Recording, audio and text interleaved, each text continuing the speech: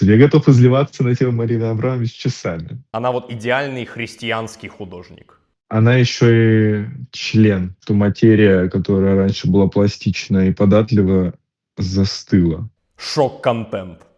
Вау. Я прежде всего бессмертная душа, а не бренное тело. Задумайся, Марина. Кринжа навалила в данном Ну, случае. немножко навалила. Хочу, блядь, чтобы в рамочку повесили. Чтобы вот зашел на сайт, нажал показать в интерьере, и тебе показали в интерьере. База или кринж? Всем привет, дорогие зрители, слушатели. Вы на подкасте «База или кринж», где современные художники объективно оценивают искусство. Вы можете смотреть нас на ютубе, слушать на подкаст-платформах, ссылки будут в описании. И сейчас мы обсудим вместе с моим гостем Кириллом Аляниным, художником, биохимиком. Кирилл, привет. Привет. Собственно, мы собрались обсудить Марину Абрамович. Почему? Недавно у нее была большая ретроспективная выставка в Вене, и мы оба вместе с тобой на нее ходили. Ты разок, я даже пару раз заходил. И во время этого визита, я бы сказал, вспыхнула интересная дискуссия о Марине Абрамович, истоках ее творчества. И мне захотелось поговорить с тобой об этом здесь, в интернете. Ты мне рассказывал, что ты довольно жестко изучал Марину Абрамович в определенный период своей жизни. Можешь рассказать об этом? Я довольно жестко изучал перформанс в определенный период моей жизни. Я не помню, что там произошло конкретно, но я не помню, что зачем шло, но я точно читал эту книжку про искусство перформанса, которая... Купил я ее в гараже, когда он еще представлял себе что-то функциональное. Вот. И смотрел Марину Абрамович, потому что она там обсуждалась как вот одна из ключевых фигур современного плюс-минус перформанса. Вот. И очень мне она нравится. Не знаю, что мне конкретно мне нравилось. Возможно, лицо ее загадочное. Вот. Потом я как-то охладел к перформансу, знаешь.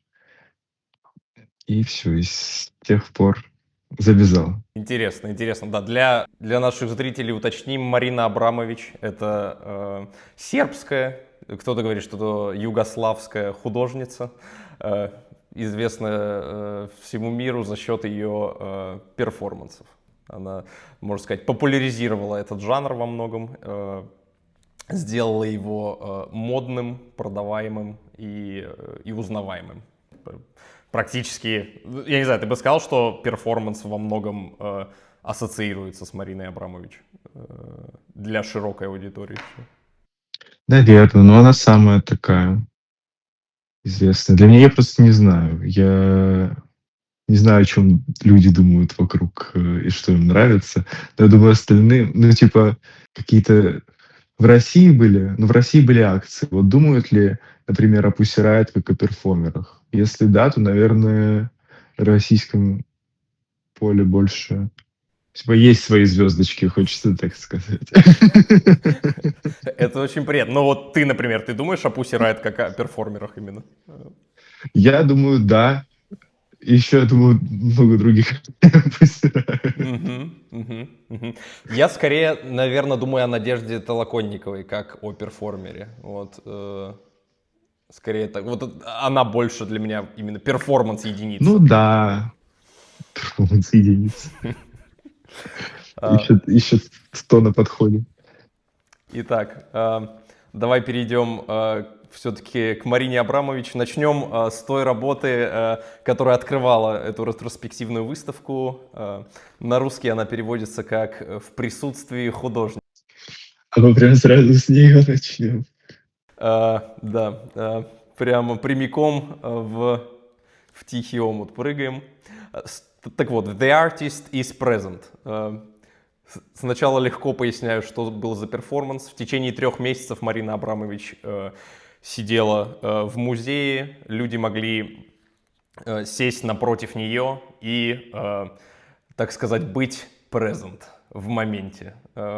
Общаться с ней невербально с помощью взгляда, языков тела. И, собственно, как это было на выставке? Там был туннель, на который проецировались видео, где сидела Марина Абрамович, как она смотрела на людей, и человека, который смотрел на нее. И там довольно много всяких динамически интересных вещей происходило. Кто-то начал плакать, кто-то смеяться, кто-то, ну, честно говоря, подзасыпал кто-то, было дело. Что ты думаешь об этом перформансе? Что я думаю на этот счет? А а мы материться можем? Можем, да. Да. Это пиздец. Ну, в смысле, смысл этого перформанса в том, что я вот не знаю. Задача художника, задача Марины, не знаю, какое по отчеству, в этом перформансе была создать такую атмосферу, которая была, в общем, как-то, короче, атрибутировать атмосфере ценность. Потому что, не знаю, насколько будет линейным повествование, но смысл в том, что если бы там сидела какая-нибудь другая женщина и смотрела, вряд ли бы у людей были какие-то такие, типа, жесткие эмоции на этот счет. Мгм. Это, типа, очень контекстный перформанс. И поэтому не знаю, зачем, типа, стоит ли его обсуждать первым, потому что если бы это была Марина Абрамович, которая... Если бы это был ее первый перформанс, ее бы нахуй, скорее всего, послали. Вот. Там уже, типа, сидела женщина с репутацией, этой репутацией давила на людей, которые были с ней в одном пространстве. Мгм. Что интересно, вот, наверное. То есть я во многом согласен, да, мне кажется, вот ее это, ее ценность, ее вот вес, масса, да, в искусстве, она действительно на тот момент уже была супер-супер популярна. И да, конечно же, без этого невозможно это было. Но мне вот интересно как раз, почему кураторы поставили именно эту работу первой, да, в выставке. Это же то, что там встречает. И это немножко так собвертает твои ожидания, да, насчет того, что ты хочешь посмотреть, грубо говоря, ретроспективу и как-то линейно пройтись по времени.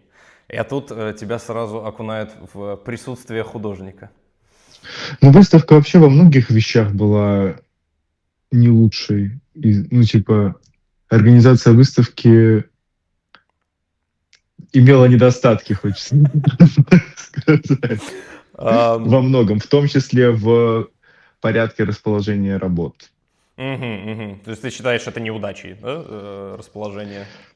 Ну, конкретно вот это вот еще более-менее, потому что если, ну, наверное, предполагается, что люди, которые идут на персоналку Марины Абрамович, знают Марину Абрамович. Поэтому на них уже может действовать типа этот перформанс, потому что есть контекст. Людям совершенно с улицы будет, конечно, непонятно, потому что сидит женщина, перед ней сидят какие-то люди и плачут.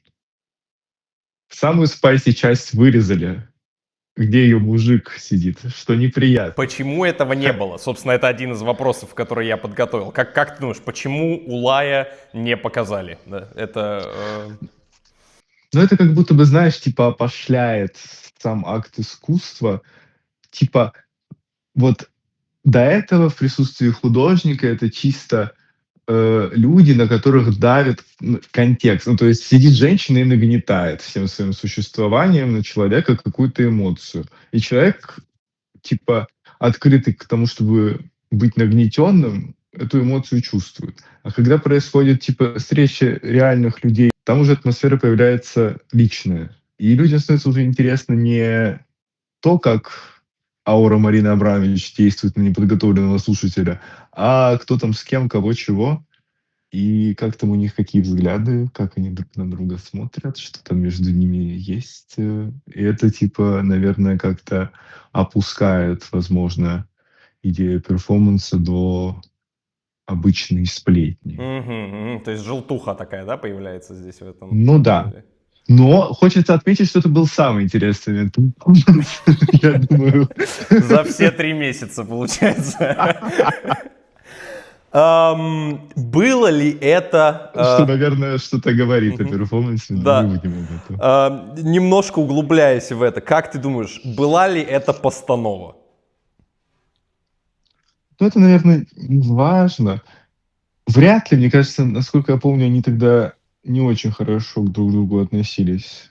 Мгм. Ну, там уже, ну, Вот. конечно, да, они не общались на тот момент около какой-нибудь Хотя на 20 самом лет. деле это же вписывается вот в эту вот рамку того, что она хотела сказать. Она вообще хотела, не знаю, если рассматривать этот перформанс как именно что такое Марина Абрамович для человека, типа присутствие конкретного художника, там есть артикль в названии. Мгм. The artist is present. И да, значит, конкретный художник имеется в виду. Это Марина Абрамович. Вот. Не будем упускать. Типа, как вот эта вот аура конкретно Марины Абрамович работает. И, наверное, Улай, Улай, да. да, наверное, он тоже включен в ауру Марины Абрамович. То есть, почему нет? Там же действует не только на человека, который непосредственно напротив нее сидит, там еще и целая толпа вокруг стоит, на которую тоже что-то действует. Вот, но я не знаю. М. Здесь у меня возникает вопрос уже к самому э, медиуму, прошу прощения, перформанса как к концепции. Мгм. Окей, окей. Считаешь ли ты эту работу частью движения презентизма? Саш, если честно, так и не разобрал. Для наших внимательных слушателей, презентизм — это Я движение... думал, презентеизм, нет? Нет, нет, нет. Ты же так говорил. Нет? Нет, нет, нет. Презентизм — это движение в искусстве, которое рассматривает настоящее как объект, настоящее в разных его проявлениях. Ну, мне кажется, я бы Марину Абрамович записал в презентисты. Ну, вообще перформанс это в таком отношении именно оно и есть, вспоминается пример из головы, знаете ли, который я читал вот в этой вот как раз книжке, когда я был маленьким, э, про искусство перформанса. Там был такой перформанс, я не помню, как он назывался и кто его делал, но смысл был в том, что в доме или в квартире в двух разных комнатах происходили одновременно какие-то вещи. Мгм. И типа ты заходил, дверь закрывалась, и она больше не повторялась. Вот. И ты мог типа посетить либо это, либо это. Вот. Окей. Что типа и говорило о том, что вот есть настоящее, и ты на него смотришь, и ты его воспринимаешь непосредственно вот так, и повторить это не получится. Это, наверное, отличает перформансы, все вот эти вот перформативные медиумы от классической, ну, от классических форм искусства. Мгм. Мгм. Ну, тоже как посмотреть, то есть, например, музыку, вот когда еще не было записи, она каждый раз, конечно, по-новому сыграна, М. но перформанс в этом плане, наверное, чуть повыше по градусу важности присутствия. Причем присутствие не самого зрителя, а присутствие типа объекта. Потому Мгм. что в живописи, например, объект всегда висит в лучших условиях, всегда в доступе, и ты к нему можешь прийти в любой момент. Э, Музыку ты можешь послушать только если тебе ее сыграют. Ну, сейчас уже нет, но раньше было так. И, наверное, перформанс точно так же устроен. Но он же тоже такой сценический, Да, это правда, как театр. наверное. Будем уходить в философствование, насколько запись именно является частью тоже перформанса. Потому что во многом же перформанс, он никогда не был без записи в той или иной мере. Ну, грубо говоря, если бы его не было, если бы не было, например, рассказов о нем, да, даже, или фотографий, или записей художника, то, ну, его по сути не существует. Тоже интересно, тоже вспоминается пример из книжки, которую я читал, одну единственную вообще. Две книжки читал, буквально эту.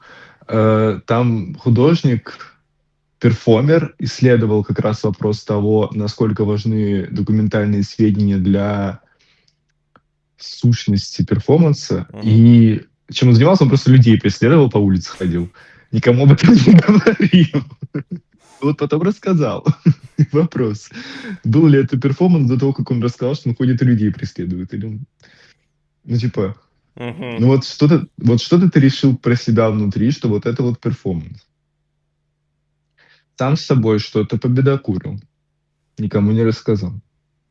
Будет ли это перформанс? А если нет, то значит документальные сведения не важны. М. Ну, то есть, типа, документация происходит внутри художника в данном случае, да? И тогда это... Скорее, она не происходит. м, Типа, документация — это все-таки то, с чем можно ознакомиться, мгм. даже на словах. Если ты вообще ничего не рассказываешь, что документации не происходит. Тогда вопрос, насколько это вообще акт, насколько это объект. Я же еще дрочер на то, что на объект в искусстве. Я вот люблю, чтобы был объект. Я поэтому живопись люблю. Окей, давай тогда... Поэтому я нет, наверное, стоит сказать, я думаю, что это супер важно. Это является частью перформанса. Типа, сам по себе... Ну, сложно. Вот это вот его, наверное, отличает от театра. Мгм. К театру я тоже плохо отношусь. Простите. Но это скорее личные сенсорные особенности, потому что меня переебывает через 40 минут после того, как на меня люди громко со мной вот так вот на меня громко разговаривают люди, я потом уже перестаю что-то слушать. Вот. Но театр, вот, например, посмотреть запись театра, это же кринж. Тебе же нужно прям идти на постановку. Кринж, кринж. Вот. А с перформансом как будто не так. Во многом еще потому, что тоже мысль, я не знаю, можно я поскочу по топикам, но мысль, которую я тебе уже высказывал, это то, что перформансы Марины Абрамович. Давай так, мы, когда ходили с тобой на выставку в Вене, там были повторенные перформансы Мгм. другими людьми. Вот. И я не знаю, не был на перформансах Марины Абрамович, но, по-моему, даже видеозаписи, где Марина Абрамович лежит под скелетом, э, больше бьют по какому-то внутреннему ощущению, чем какая-то рандомная женщина. Окей, Вот. окей, я тебя понял. Давай зафиксируем эту тему. Еще будет момент ее обсудить. Нет, я просто Мгм. к тому, что почему это важно в контексте документации. Потому что если в театре норма повторять разными людьми одну и ту же пьесу, это будет считаться одним и тем же объектом, то в перформансе очень, по-моему, очень важны персоналия, которые его осуществляют. Поэтому важна документация. Мгм. Мгм. Вот. Личность Окей. художника, кстати, вот про присутствие художника. Личность художника начинает играть очень большую роль. Да. Ну, там, собственно, и работает тоже выбор документации, да, тоже очень важен, потому что... Ну да. Я вот из того, что из ощущений от ретроспективы, мне кажется, что куда важнее фотки и видео, чем сами перформансы. Но это, наверное, мое м, личное искажение. тут Потому и... что мне вообще все, что выглядит красиво, и смотрю я на фотку, вот есть фотка, мне спокойно. Она типа объект реального мира, она не эфемерна. Вот меня это радует, меня Мгм. это... А человек, стоящий там, это не объект реального мира, получается? Наверное, тоже да, но все равно вот здесь играет то, что если... Ну, там Марина Абрамович лежала. Мгм. Но тут, Сколько уже лет-то, господи. ее медиумом является душа человеческая в данном случае. Какая-то, да, какая-то душа. Мгм. Насколько это работает, не знаю. Окей, окей. Так, база или кринж? The Вот artist это is present. Да. В присутствии художника. Как бы ты оценил? в контексте искусства. Объективно. Объективно полная хуйня. Но мне нравилось, когда я был маленький, мне очень сильно нравилось. И я не знаю. Здесь еще одна мысль, которая меня в отношении перформанса занимает, это насколько перформанс вообще искусство, а не социальный эксперимент, и есть ли разница между социальным экспериментом и искусством. Для меня все-таки есть. Вот. И М, ценность, как будто бы... Хотя она ничего не показывает. Нет, наверное, ну не база, ну и не кринж. Ну база, наверное, ладно, база. Наверное, база, да, все-таки больше. Наверное, база. Я думаю, действительно интересно. М. Для меня чуть-чуть слегка, знаешь, вот попахивает кринжом, Ну, когда... конечно, попахивает кринжом, когда просто тетка сидит, смотрит, и люди плачут. Но это кринжово, наверное. Но это типа...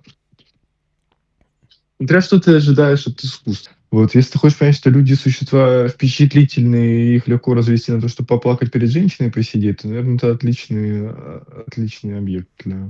Мгм, мгм. такого. Наверное, в общей истории, да, скорее приближается к базе. Я бы даже Да. сказал. Не, ну важно все равно.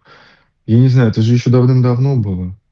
Контекст понять мне сложно. Нет, Я не это не искусствовед прям, все-таки. чтобы давняя работа. То есть это, 2009, ну, мне было 8. окей, окей. В контексте Марины Абрамович это не давняя работа. Ну да. Вот. В контексте меня я не знаю, что там люди думали, насколько им это было откровение, что личность автора так сильно влияет на то, что происходит вокруг. Ну, наверное, всегда знали. Мгм, мгм. Ну, это вот работа, наверное, в основном о том, как the artist влияет на present, если он is. Глубоко, глубоко. Мне нравится, что Подтягивайте. можно разложить, да, смысл работы идеально умещается в эти 4 слова. А это, Вот. кстати, очень хороший показатель. Я Мгм. вот когда был еще маленьким, совсем еще даже я тогда книжку искусства и перформанса не читал, то есть я вообще был зеленый. А именно это, это именно был 2 класс, прочитал я ее уже в 3. Во 2 классе, по-моему, у нас было... Давай так, я, короче, как-то думал о том, как можно детей воспитывать, и какие им задания давать. Вот. И, типа, давать текст, и просить его озаглавить этот текст максимально целостно. Вот. Мне кажется, хороший тайтл, простите меня, э, хорошее название — это вообще сигнал того, что мысль подумана. Хм. Вот. Поэтому здесь название хорошее. Ну да, да, Поэтому да. меня иногда бесит работа без названия, но сам грешу. Окей, давай Потому что я вообще никогда не говорю, что я думаю о чем-то, когда что-то делаю. Ребят. давай двигаться дальше. Мне кажется, мы сейчас идем по китам.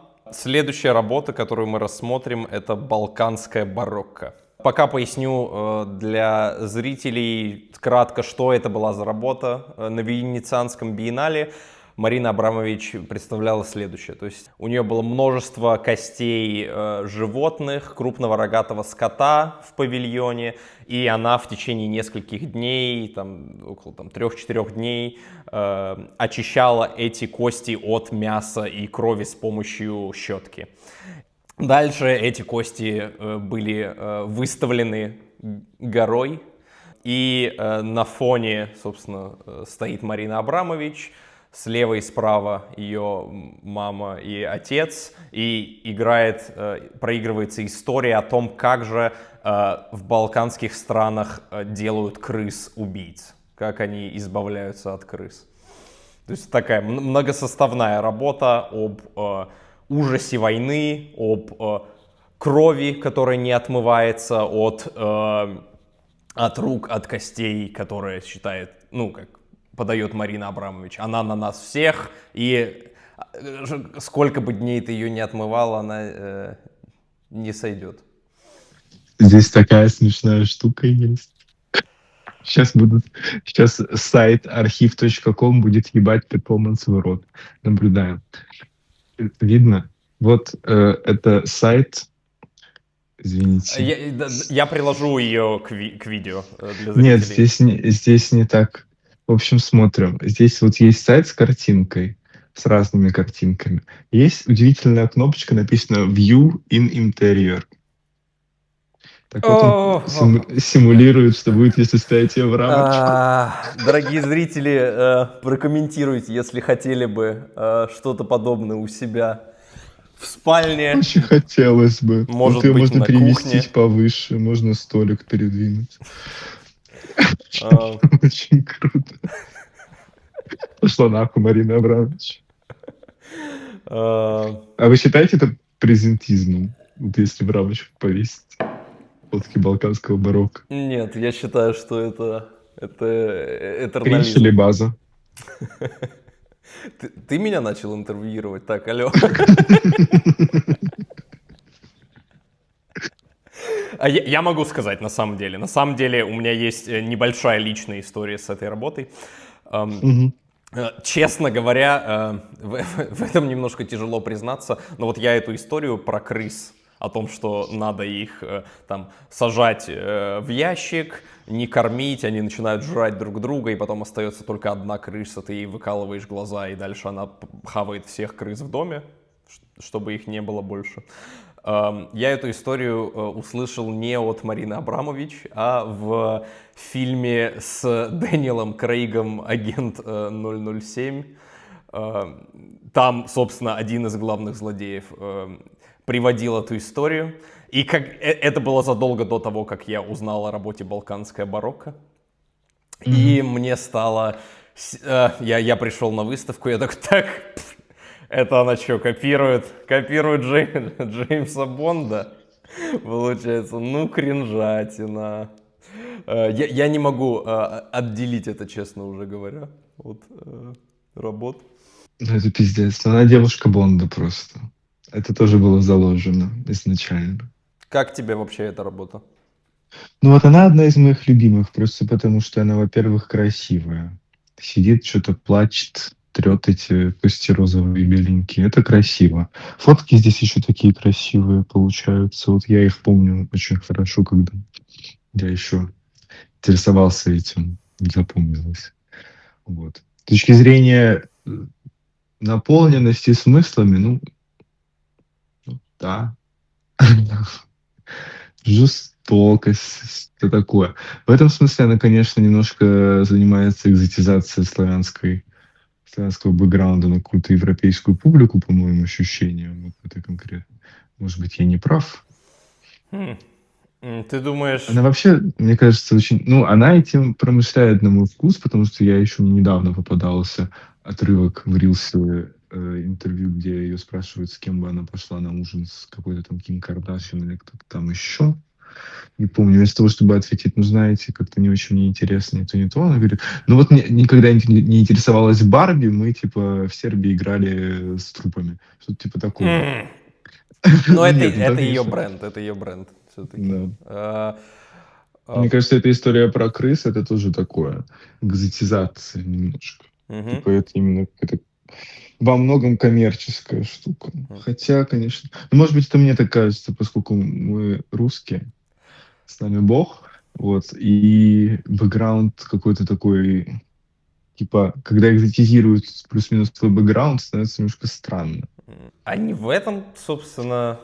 Ну, я не знаю, очень многие художники этим занимаются уже, получается. И именно продажа вот этой национальной или этнической идентичности, это, мне кажется, прямо хлеб и соль художника. Ну да, наверное, как бы началась, когда появилась нация, стало можно ее продавать. Да. Рыночек. Ну, у Ура. кого-то хорошо получается, у кого-то не получается, не знаю. Но это же не все возможные инструменты. Определенно. Но вот конкретно посыл, он же очень такой, очень-очень поверхностный, да, получается. Ну, то есть война это плохо. Это плохо, да. Подписались. Ну, поэтому за все хорошее против всего плохого. Ну, да, это, наверное, мне не нравится эта работа, потому что здесь форма доминирует над содержанием. Окей. Я люблю, когда в постмодерне все уже подумано. Поэтому, может, и нет, но очень много точно подумано. Поэтому что-то прям такое сказать очень важное, очень новое, очень сложно. И если только об этом говорить, то будет одна работа в 10 лет. Вот. А Ну, иногда надо напоминать, приятно, получается, да? когда это сделано как-то по-особенному, знаешь, одну и ту же мысль, она же может базироваться на разной форме и по-разному бить в разные точки души приложения. Вот. Мне кажется, здесь очень красиво. То есть и она такая вся плачущая, со своим лицом вот этим вот загадочным таким, диким почти, вот сидит, что-то кричит, моет кости. Мне кажется, это по меньшей мере красиво. Я согласен, в принципе, реализация, да, самой этой работы, особенно важно понимать, да, что оно все еще гниет, оно там несколько дней, ну, само нахождение в этом пространстве, это уже довольно большое испытание для тела вот, физического. Ну, вот это вот испытание для тела — это, конечно, дрочь Марины Абрамович. Тоже не знаю, насколько это это тоже вот такой полукоммерческий, полухудожественный прием. Это вот как встретиться со своим бывшим на своем финальном перформансе. То же самое. Типа во многом в многом раззадоривает публику. Об этом будет много перформансов у Марины Абрамович. Это О правда. теле и о его пределах. О том, как надо терпеть, терпеть, терпеть. Так база или кринж? Не, ну это база, это база. Да, да, скорее база. Я тоже склоняюсь, да, даже, ну просто база, даже не скорее. Много, ну я не знаю, она просто западает для меня лично эта работа. Я как вот смотрел на эти Да. фотографии, они потом, ну то есть ты просто об этом думаешь. Опять же, их можно в рамку повесить над лестницей. Опять же. Все, что можно повесить в рамку, уже круто. Небольшое еще отступление об этой работе. Есть такой русский художник Андрей Кузькин, и у него есть, собственно, работа, которая называется «Противостояние». Я заметил интересную рифму с работой «Балканское барокко» Марины Абрамович. В этой работе Андрей Кузькин пытается оттереть глянцевые журналы до бела, оттереть с них все изображения. Мне как-то показалось это... Не уверен, думал ли он о Марине Абрамович, когда это делал. Я думаю, да. Ты думаешь? Ну да, я прям даже уверен. Мгм. Ну, это слишком очевидная, да, получается такая. Вот там еще и Не, фотографии ну такие. почему? Да. Не, ну мило, мило. Чего еще было? А кто ходил и лаял, как собака? А, вот, я помню. Это мужик, который в бетонной луне ходил, а потом застыл. Я не помню. Но я так... Это было на какой-то рандомной выставке совершенно. Она была даже не перформансу посвящена в галерее Пушкинского музея. Я даже не помню, что это было. Там, по-моему, были картины, а потом видос мужика, который ходит в бетоне. Класс. Мощный. Не помню, что это было. Да. Уже не вспомню. И, собственно, это дело я обсуждал в телеграм-канале своем. Можете проходить по ссылочке в описании, подписываться. Там будут различные, и есть сейчас различные мысли по поводу художества, мои работы в том числе. И, конечно же, подписывайтесь на канал Кирилла. Все там. Я сейчас листаю Кузькина, выяснилось, что я предельно хорошо знаком с его творчеством по какой-то причине. Здесь вот есть и тотальная инсталляция, где у него в коробочках сидят люди из папье-маше и страдают. Я ее тоже видел вживую. Не помню, где это Ну, было и почему. возможно, это хорошая тема для следующего подкаста. Ну, посмотрим. Интересно, я просто никогда не ассоциировал все это в одного человека, поэтому я подумаю над этим, что это за человек, которого я знаю так осколочно. Мгм. При этом очень хорошо. Кайфота. Итак, листок мне говорит, что следующая работа, которую мы обсудим, это «Ритм 0». Rhythm Zero. Одна из ключевых работ в, так сказать, арсенале Марины Абрамович. 6 часов, множество различных объектов, выставленных перед Мариной Абрамович. Совершенно разные, безобидные, смешные вещи. Там розочка, какая-то еда, спички, пистолет в том числе. Есть и такие опасные вещи. И есть 6 часов, в ходе которых она является объектом, и с ней можно делать все, что угодно с участием этих предметов. На самом деле такая страшная, да, в какой-то мере работа, очень сильно эксплуатирующая вот этот вот эффект эпатажа, да, в данном случае. Ну да, очень эпатажная. Ну, в этом смысле она еще одна из самых ярких работ, которые поднимают во мне вопрос, насколько это искусство или это уже социальный эксперимент. Угу. Потому что, ну, чисто формально это социальный эксперимент. Вот если мы уберем оттуда Марину Абрамович, построим вокруг этого места стены с прозрачными, ну, с окнами такими, посадим туда ученых, которые будут считать количество ножевых, то можем потом посмотреть по статистике, насколько значимо у разных групп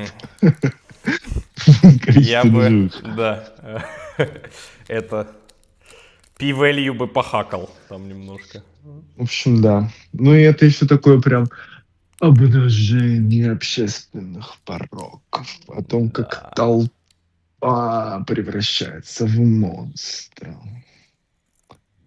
Вот. Чего не отнять, это, конечно, что она красивая безумно на этих фотках. И вот эти вот все надписи и порезы ей очень идут. Вот. Так что если бы ее в рамочку после этого, было бы даже симпатично. Мгм.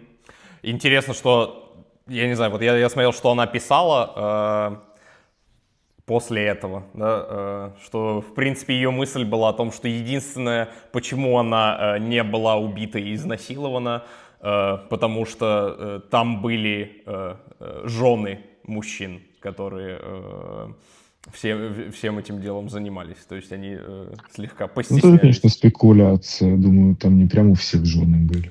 А как же люди без жен? Мы же забываем о них. Ну, их и не бывает. Вот у тебя есть жена, Саш? У меня есть жена. Ну вот. Да, определенно. То есть, что ты думаешь по поводу прогрессии того, как происходил этот перформанс? То есть сначала все такие аккуратненько подходили, кто-то здесь что-то сделал, дал розочку в руку, потом начали там как-то рисовать на лице, резать одежду, волосы, потом начали ее там резать ножами уже, заклеивать это дело, переносить, пистолет давать в руку, засовывать пулю в этот пистолет, собственно, и прикладывать ей вот так. Ты бы...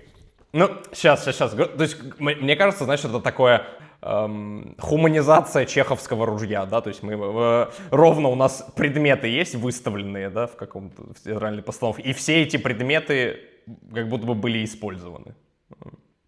В данном случае. Насчет этого, наверное, хз. Типа, говорить об этом сложно. Это, конечно, очевидно, что люди себя будут так вести, наверное. То есть ты бы ждал этой темы? Ну, я бы надеялся, что нет, но, наверное, бы ждал. Что ты делаешь? Я так развлекался в этом, в школе.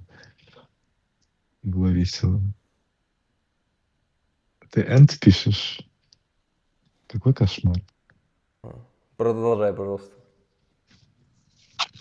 Я вот просто думаю, кринж это или база. Я что-то сегодня какой-то добрый, у меня рука не поднимается кринжом называть. Но Насколько это, ну, ключевая работа для искусства, ты бы сказал?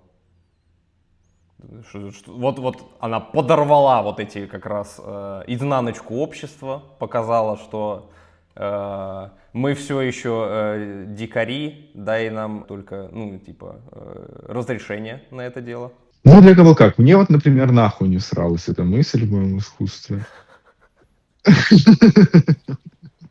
Поэтому... Ну, то есть это очень мило, конечно.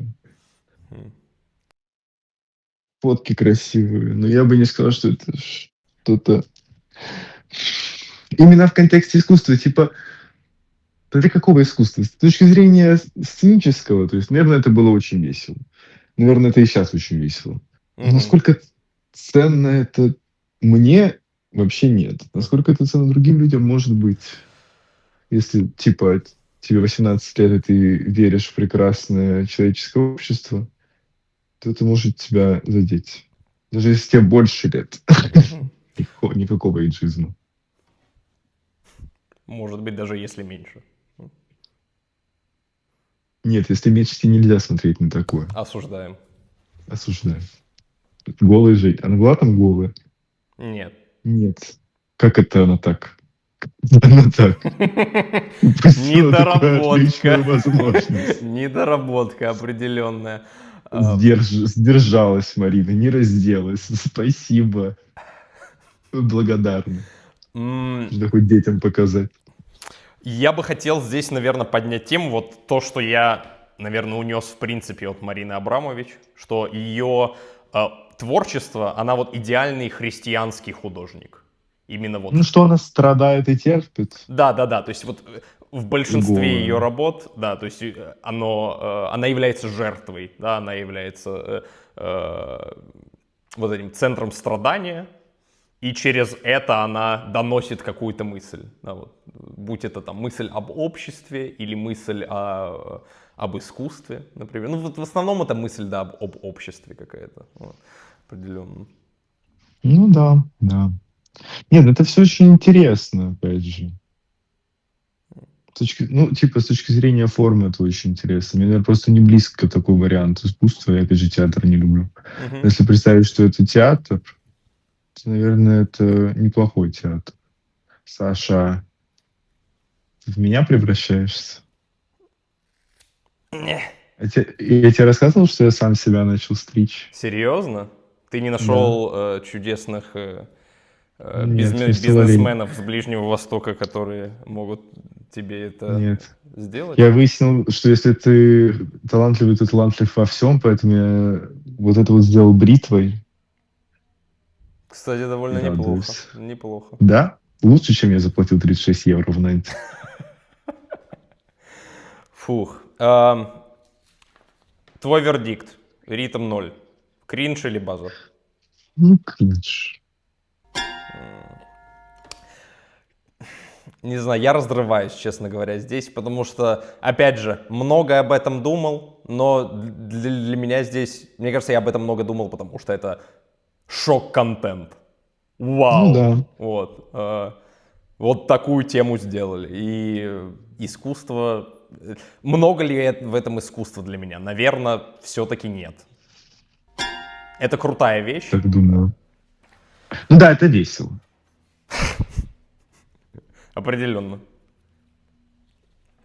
В итоге, мне кажется, я тебя спрашивал, что бы ты сделал, будь ты там на этом перформансе?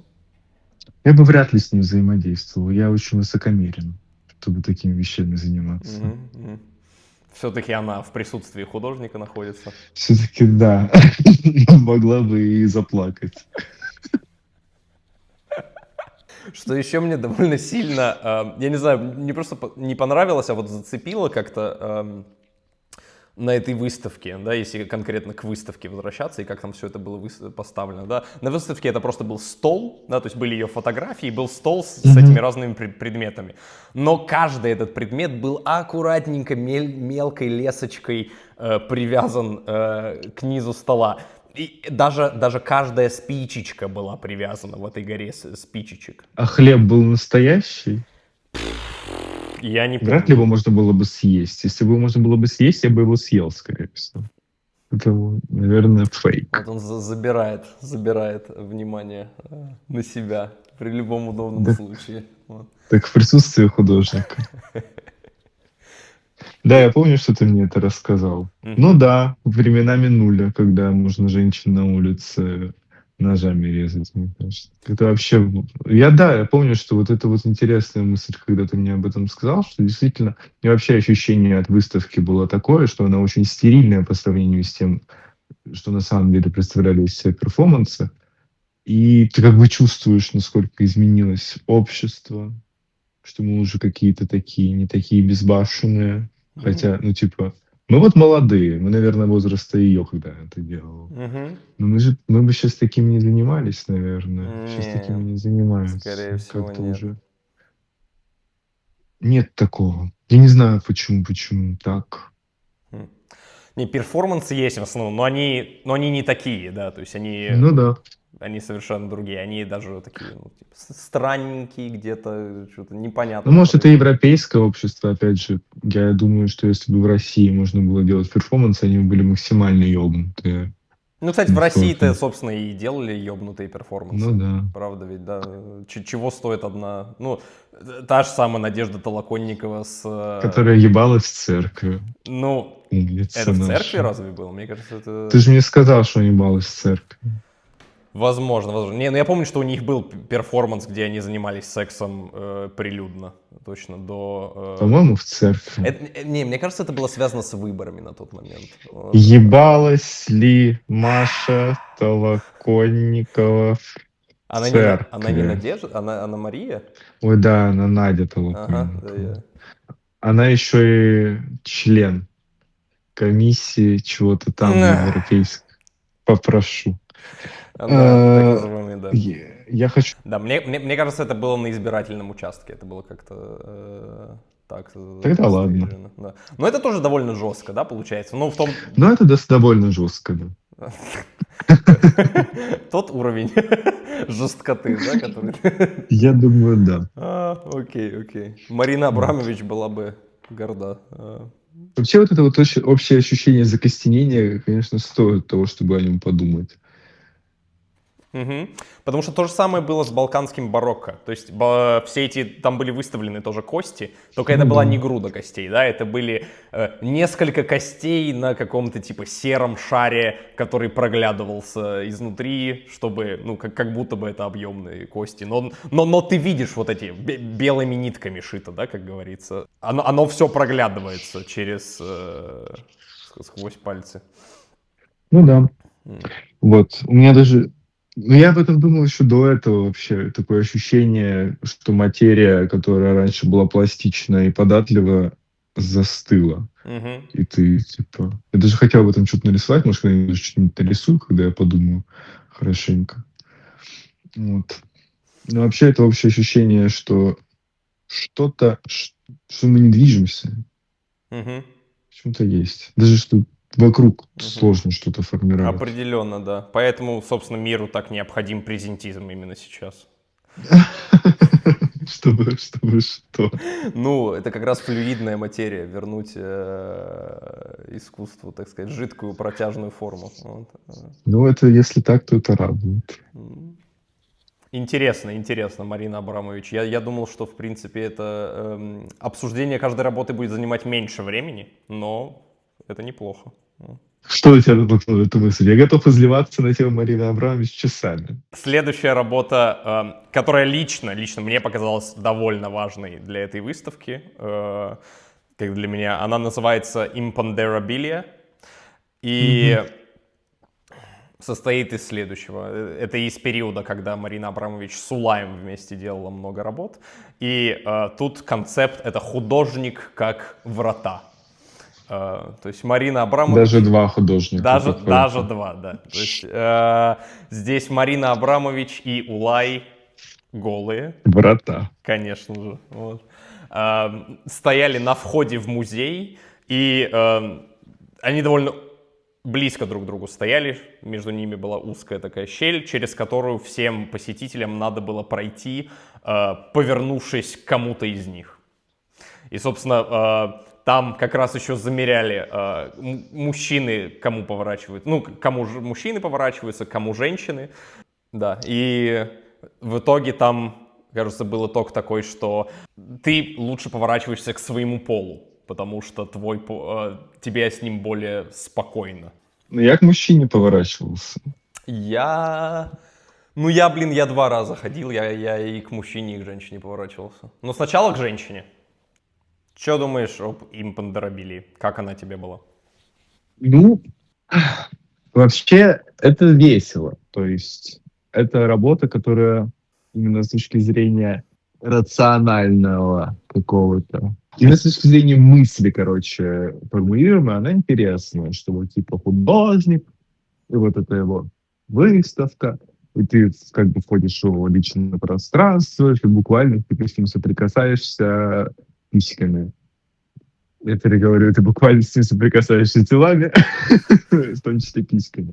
Вот. И это интересно, это весело, это и повторяется легко, то есть там не нужна Марина Абрамович и Улай для того, чтобы пережить примерно то же самое. Это, конечно, наверное, прикасаться к письке Марины. Вот. Для этого не нужны какие-то другие люди, и это работает типа само по себе, и это работает всегда плюс-минус одинаково, это понятно, и это сильно. Вот. И это, типа, как-то обосновано. Вот их галушок этот ненароком выданный, в этом смысле обоснован. Вот.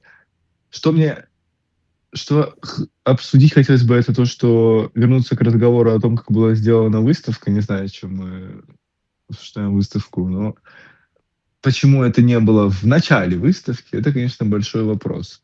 Потому Мгм. что, насколько я понимаю, мысль, ты именно входишь в пространство, то есть ты, ну, это такой водораздел, это такое двоемирие, и это лес. А там это впихнуто, Ну, это в ну, середине. это, В середине. да, ровно посередине выставки, что вызывает вопросы. То есть это Мгм. из такого, это из акта, который тебе должен настраивать и переносить в другую среду, в другой мир, становится просто развлечением. И это, М. типа, наверное, самый худший элемент этой выставки. Возможно, я могу попробовать объяснить, почему куратор так поставил. Единственная мысль, которая приходит мне в голову, потому что это разделяет, вот эти врата, они ведут в область выставки, в которой рассмотрены работы ее и Улая вместе. То есть Ну да, то есть ты как бы наверное. проходишь через эти ворота, и там тебя встречает куча разных работ, которые они делали вместе, весь зал. Возможно, в этом была идея. Вот. Ну да, наверное, это я, значит, что-то не понял. Мгм. Но, в принципе, пространство... То есть еще жаль, конечно, что... Ну ладно, это не жаль, художники тоже люди, у них есть рабочие часы, но, собственно, и перформанс не всегда происходит. То есть он там по Мгм. расписанию, он там Ну где-то да. типа час в день или 1,5 часа в день. Э, Мгм. Поэтому можно, да, можно прийти. Ну, мы, И собственно, вот с тобой ждали. интересно, Вот. да, они в оригинале как стояли? Всегда там стояли? Мне кажется, да, то есть, зная их обоих. 15 часов.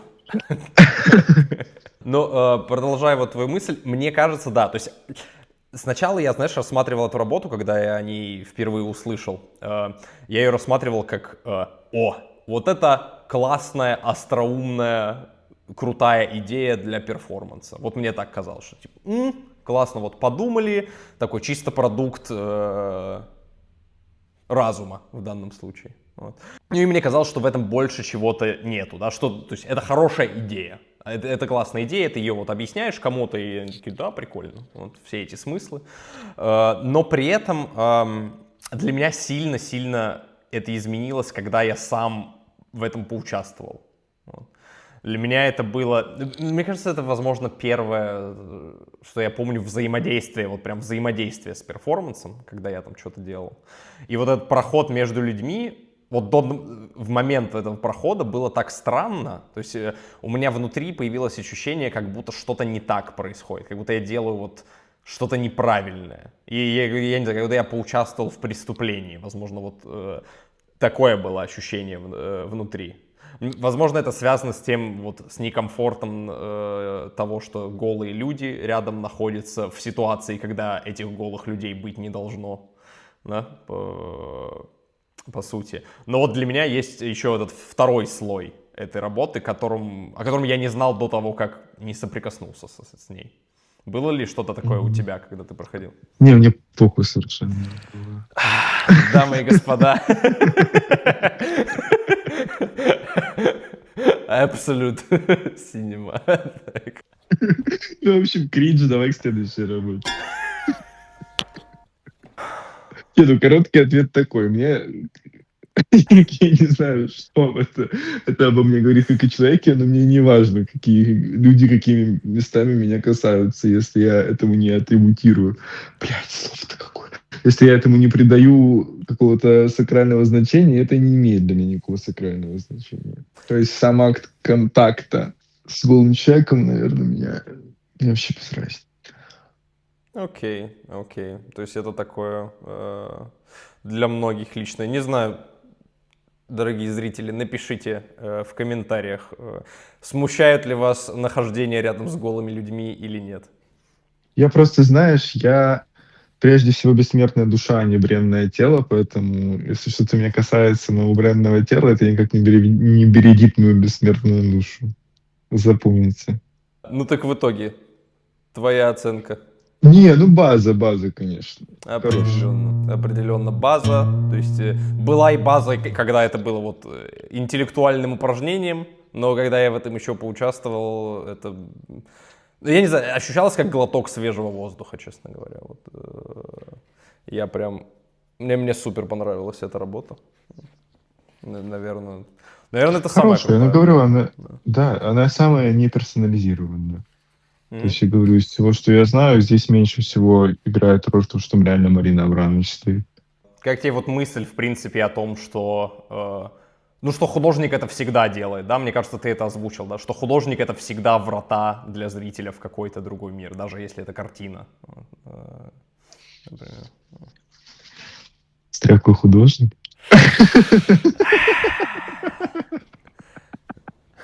Дорогие друзья, Кирилл Ленин.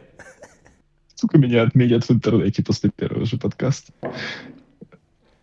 Ну, наверное. Вообще, по идее, так планируется. Мгм. Типа, не знаю, сейчас не буду говорить за какое-то конкретное общество или за какое-то конкретное время, но для меня искусство это что-то типа то, что ты делаешь для себя, а потом другим показываешь. Мгм. Поэтому это что-то личное. Я же еще до этого всегда в скетчбуках что-то рисовал, до того, как я начал вот этим вот заниматься. У меня была книжечка, в которой я рисовал для себя сам, и людям, которые мне нравились, я эту книжечку показывал. Поэтому для меня это очень личная штука. Мгм. Поэтому да. Ну что ж, давай двигаться дальше. Мне кажется, следующая работа, она... ты со мной уже делился, что она тебе довольно сильно нравится. Это Art Must Be Beautiful. Artist Must Be Beautiful. А я говорю, что он мне нравится. Мне кажется, да, да. То есть это перформанс, где Я помню, где она себя чешет расческой очень интенсивно. это правда, да. Да. То есть Марина Абрамович использует, да, расческу для того, чтобы сначала легонечко, потом жестче и жестче, при этом повторяя, что искусство должно быть красивым. А, ну мне видос понравился. Мгм. Я тебе говорю, что это меня натолкнуло на мысли, которые мне Мгм. понравились. Про работу я ничего не говорю. Саша, ну что за... М, Что ты хочешь в видео показать? Я хочу просто вспомнить, как она выглядела и что она говорила. В этом смысле мне очень важно, как выглядит ее лицо при этом. Оно такое слегка спокойное, а потом начинается с таких немножко дисторшенных, конвульсивных. Вот. Да. Мгм. Мне интересно, насколько... Ну, типа, в этой работе как будто бы имеется в виду, что нет, не должно Это типа быть подъебчик beautiful. такой, да? Ну да. А мне вот кажется, что должно. И что, блядь, мне Марина Абрамович делает? Должно. Поспорь с ней, Хочет. давай. А я хочу, чтобы в рамочку повесили. Хочу, блядь, чтобы в рамочку повесили. Чтобы вот зашел на сайт, нажал показать в интерьере, и тебе показали в интерьере. Да, мне кажется, мы с тобой это обсуждали уже, да, то есть ты прокидывал мысль о том, что вот в искусстве первичный момент должен быть такого, что ты видишь это искусство, и оно тебя, бах, что-то в нем цепляет. Такой вот, Ну да. что-то в нем... Ну Это, тоже когда как. это есть красота? Ты бы это охарактеризовал как Да, красота, да, да? да. По крайней мере, хотя бы некоторый процент таких работ должен быть. Иначе ты никого не заинтересуешь. Мгм. Если подумал, как ты, например, как я погружаюсь в исполнителей, когда я их нахожу новых, как это было с Айгел, например, ты слышишь одну песню, а мой парень татарин, вот, и ты начинаешь сначала с того, что тебе просто нравится, потому что ты еще не... Ну, здесь тоже будет интересный разговор про старых и новых художников, если ты мне напомнишь. Ну, короче, ты еще не знаешь, кто это, что они из себя представляют, и тебе должна зацепить форма. Мгм. Потому что, чтобы подумать мысль, тебе нужно сначала захотеть подумать мысль. Тебе нужно, типа, какой-то стимул для того, чтобы совершить эту мысленную работу. Вот. Поэтому хотя бы часть работы должна быть красивой. А дальше ты уже смотришь, какие Мгм. там То есть, более... возвращаясь к этому, это получается врата, да? То есть должны быть уже Да, дальше. поэтому если поставить красивых людей голыми, будет больше посещения выставки. Просмотров, больше подписок. Запомнить. Ну, Ах, может, я думаю, ну, масс не масс, но хотя бы, ну, шут. Надо как-то немножко стараться. мгм. Мне кажется, это хорошо сказывается. Вообще красота, она сама по себе выступает оправданием. Людям просто нравится смотреть на что-то красивое. База. Репин, собственно, об этой теме писал, когда он приезжал смотреть на что-то, на импрессионистов, мне кажется, Мгм. да, и он такой: это полная хуйня, эти импрессионисты. Вот. Я хочу, знаете, вот я хочу, чтобы я смотрел, и чтобы мне нравилось просто. Чтобы мне вообще ничего в искусстве, кроме этого, не нужно. Вот, Ну, это, конечно, жестко. Но мне кажется, типа есть какое-то особый трепет у людей, когда что-то красивое. Ну, то мгм, есть что-то может быть 200 раз... Ну, что-то может быть ценным, потому что оно умное. Что-то может быть ценным, потому что оно интересное. Но если это еще и красивое, это как будто бы, знаешь, красота — это как будто категория, которая возносит объект до уровня божественного. мгм, То есть красивые люди, красивые вещи. Ты им автоматически соответствуешь какие-то черты такие мгм. Но это вот возвышенные. черты, можно поговорить о том, кто устанавливает, получается. Откуда вот эти эстетические законы, собственно, берутся? Это же все-таки из культуры, Эстетика. получается. Вот. Ну, я не философ, чтобы на такие вещи отвечать. Ну, тут Насколько эстетика... Эстетика... Ну, наверное, есть какие-то... Я не знаю, есть ли какие-то биологические предпосылки эстетики. Мне кажется, есть какие-то, типа, симметричность нам нравится, мгм, как минимум. м. Ну, мне кажется, всем нравится симметричность. А несимметричность нравится только в контексте симметричности. Если ты знаешь, типа, что-то должно быть симметрично, но не симметрично, тебя это раззадоривает. Но тебя это все равно раззадоривает в контексте симметричности. Ну окей, да, потому Вот. что вот мне кажется, я человек, которому нравится несимметричность в каком-то плане. Совсем несимметричность или легкая Ну, несимметричность? легкая такая, не такая, Вот заигрывающая так. несимметричность, вот. Людям вообще нравится что-то, когда все хорошо, но немножко плохо. Ага. Вот. А к тому, что я хотел про мысль про новых художников и старых художников, тоже офф-топ. Не знаю, зачем тебе эта информация, но когда я гулял по выставке в Мюнхене, там был Кандинский, прочие, типа, люди, которых я первый раз тогда услышал, но они тоже какие-то важные. И были современные художники вперемешку, что, кстати, достаточно часто в Европе так устроены выставки, что там висят старые мастера, новые мастера. Мгм. Вот. И, разумеется, возле всех новых художников висели эти кураторские тексты, которые, если хорошие, то достаточно полезны. Вот. И во мне проснулась такая интенция подростковая, типа, тоже, наверное, тебе озвучивал 200 раз эту мысль, что вот, типа, сначала мне нужно, типа, мне не нужны слова, чтобы понять искусство. Ведь я же понимаю, типа, вот и Малевича, и вообще, и Кандинского просто так, и без всяких, и не читая никакие кураторские тексты. А потом я понял, что на самом деле просто эти кураторские тексты вложены мне моим культурным путем. То Мгм. есть всех их я уже знаю, а Окей. они мне не чужие люди. А вот какой-то рандомный современный художник, он мне вообще неизвестен.